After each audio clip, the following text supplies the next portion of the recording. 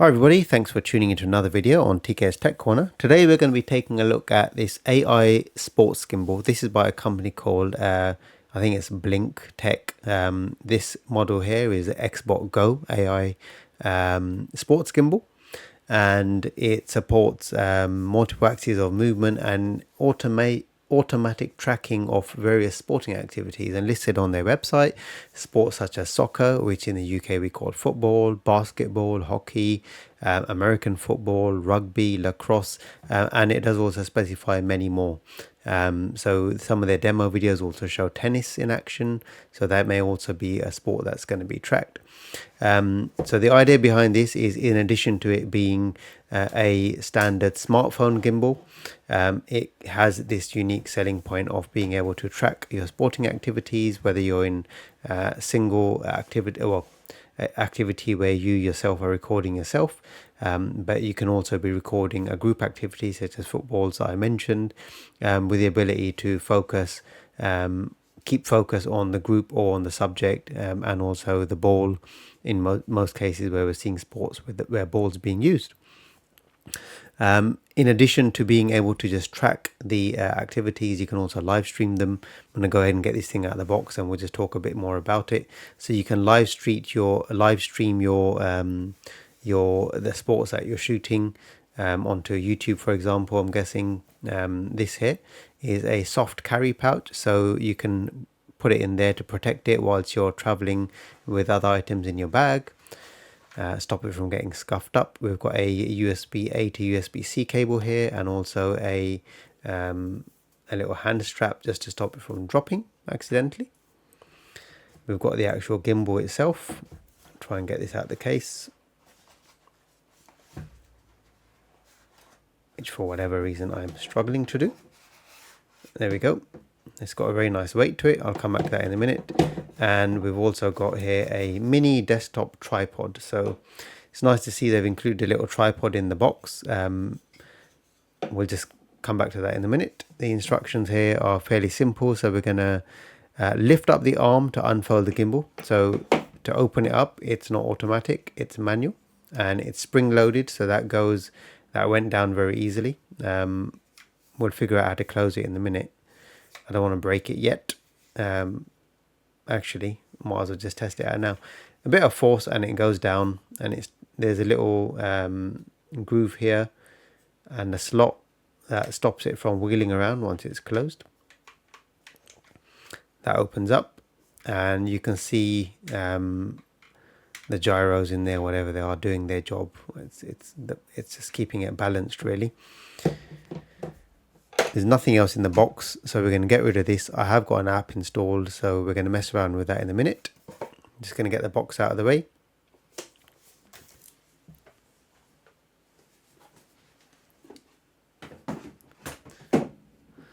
So the thing behind this, right, is you can't put a fold in here. Primarily I use a folding device like this. You can put a flip in there. The Galaxy Flip will fit in there, but just due to the thickness of this, it may hold, but if it does hold, it might not be very sturdy. So it's not one of the devices that's listed on the website. Many of the newer phone models are listed as required phone. It does kind of go in there, that you can see though it's not holding it very securely, and I wouldn't be comfortable leaving a phone like this in that, because it would probably just drop off anyway. So what I have got to test this out is an S24 Ultra. I've got the software installed on there as well. We'll see how that works. I've got a nice chunky case here on the S24 Ultra, just so we'll see if it fits in with a case or not. A case this thick anyway. This specifically is the Spigen Tough Armor case. So one of the things, and they've got a reminder of it here, is the direction of the phone camera, just so that the gimbal knows which way your camera is, because it's going to be moving stuff around, has got to be this way. So the camera system on our phones have to be on the left hand side of the clamp. So I'll see if I can clamp this in now. It does stretch quite wide, and it kind of fits around there, I think, sufficiently. You can see what's going on there. It's on the edges of the case. But if you're wondering if it's going to fit with such a thick case, I think we can comfortably say yes. The answer is yes in this case. So at the moment you can see what's going on there. The phone is dangling around.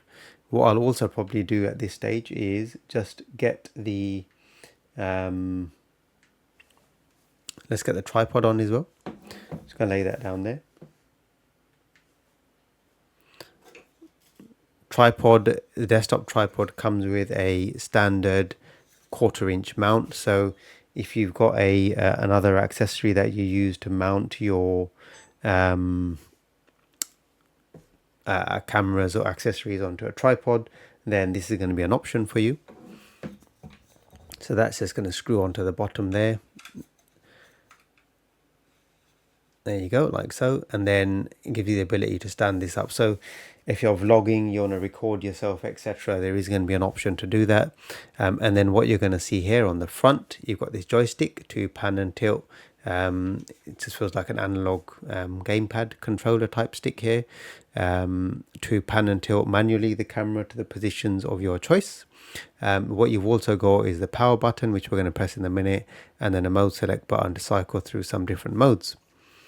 On the right hand side, we've got this little slider here, which I believe is going to be your zoom in and out function. We've got a battery life meter, which is nice because it's power device paired to the phone via Bluetooth, just so we can see how we're doing for battery life. And then on the front of the device, you've got a little trigger there, and that trigger is going to be used to start and stop your capture, I assume, through the application. So if it stands up like this. We'll hit the power button on there, and then we'll start pairing on the app. I think it's going to use Bluetooth LE, but we'll figure this out in a minute. So I think I've got to hold it for 2 seconds to turn it on. Yes, you can see what's going on there. Right, it's flicked around. I didn't have my phone mounted very well in there, so or just because the size of it and the case being so bulky, it did catch a little bit. So we'll see what problems this may cause us whilst we're recording with a phone with such a large case on it, right?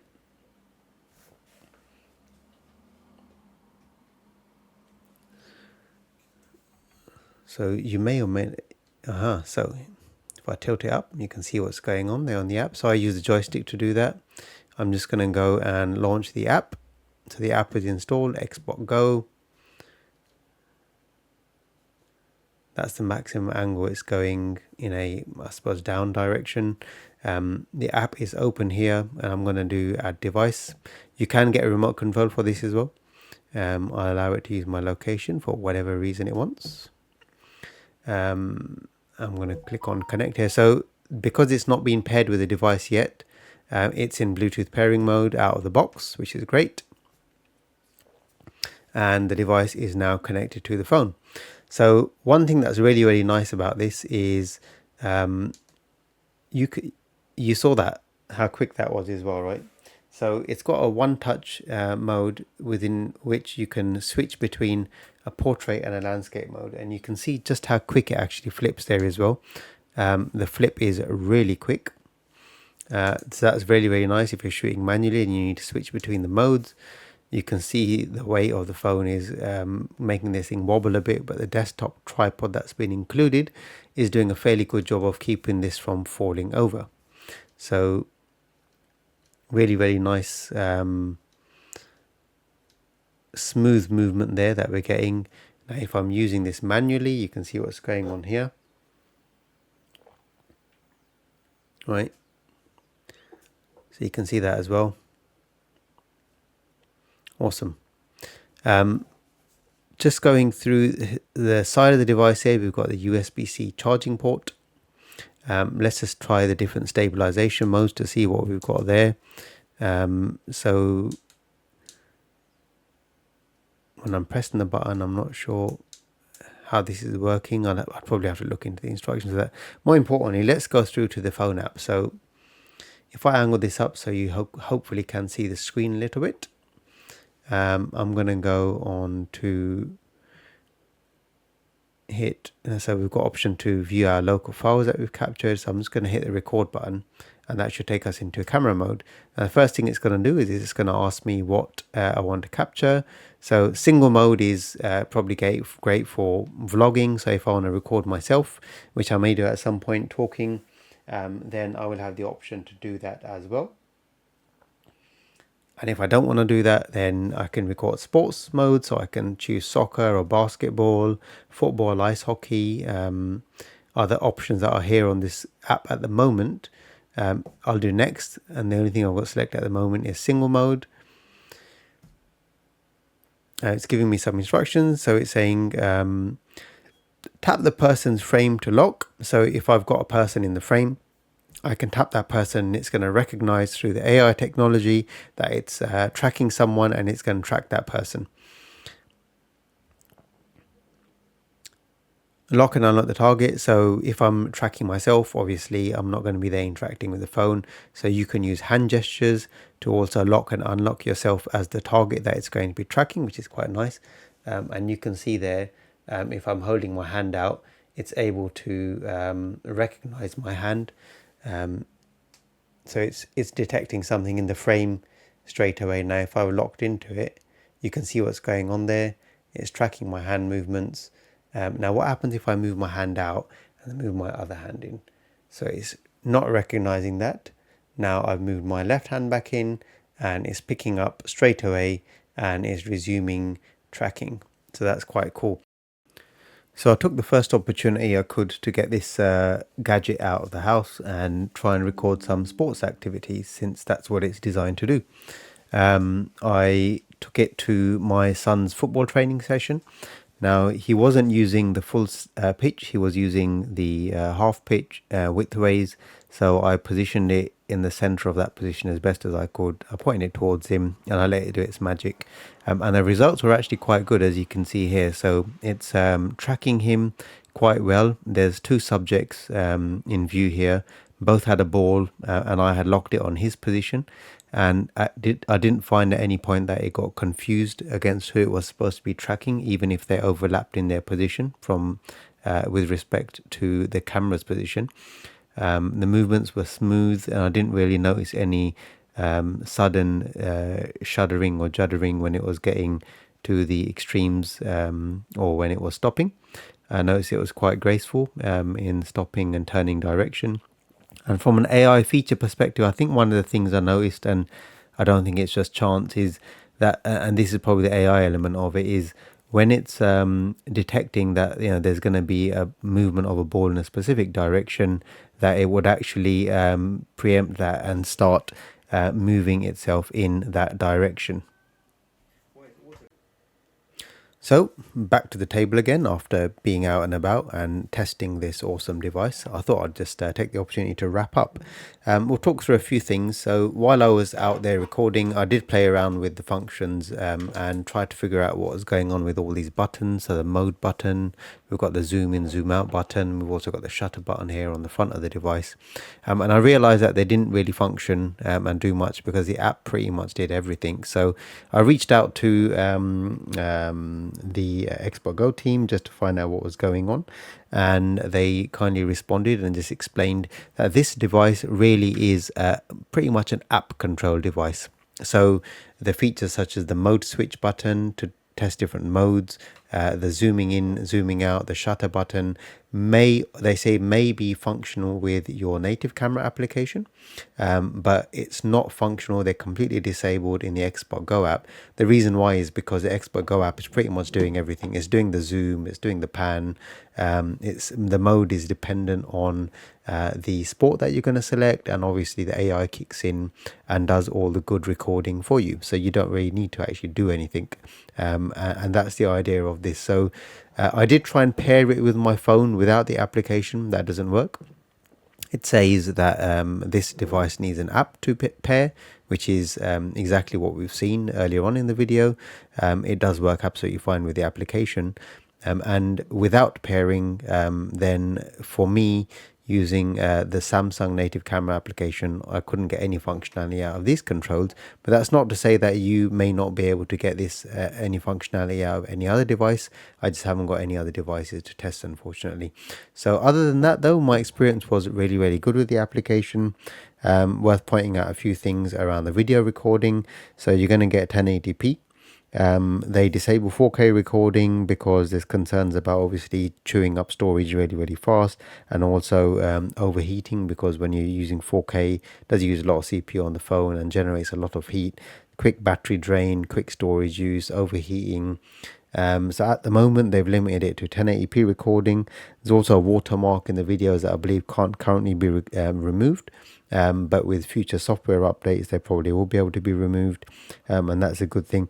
And on the note of software updates, it's probably also mentioning that because this is pretty much a software controlled device, this hardware is pretty much governed by the software. That application means that the potential for growth of functionality is always going to be there. You're not going to be restricted to just what you get out of the box, because the application can grow, and as that grows they could enhance functionality or introduce some functionality for these buttons on this device. They could make the camera app do more than just AI sports recording. They could use it, they could make it such that you use it as a normal native camera application. One thing I'd love to see on this is if you're having video calls on Teams or WhatsApp or whatever else you want to use, that you can somehow use this in the background to track yourself, so that whilst you're chatting to friends and family, or whether it's a work meeting, that the camera can actually follow you around. I think that would be a great bit of functionality. And I think as the product grows, as the software matures and enhances more and more, I think we are going to start seeing more great features for this product. So on that note, if you've got any questions, if there's something that I haven't said that you're wondering about this device, please ask them in the comment section below. I'll try and answer them. If you've enjoyed the video, as always, I do ask that you leave me a like. And if you haven't already done so, please hit that subscribe button in the bottom right hand corner so you can be notified of new videos. I really appreciate the support. Thanks for watching, and I'll see you in the next video.